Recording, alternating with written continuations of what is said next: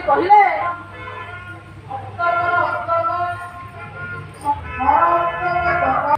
ଲେଖକ କବି ସମ୍ରାଟ ପଦ ଆସିବ ଶକ୍ର କହିଲେ ଇନ୍ଦ୍ର ଆପଣ ଯୋଉ ଇନ୍ଦ୍ରଙ୍କ ଉପରେ ଆଧିପତ୍ୟ କରି ହଇରାଣ କରୁଥିଲା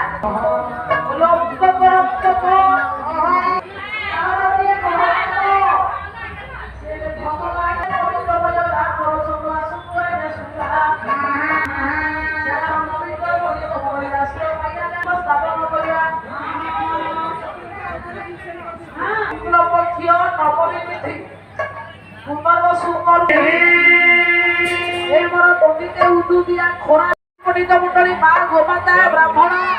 এই সমস্ত রক্ষা করা রাক্ষসকে নাশ করা ধরা পৃষ্ঠ অবতীর্ণ হুঁতে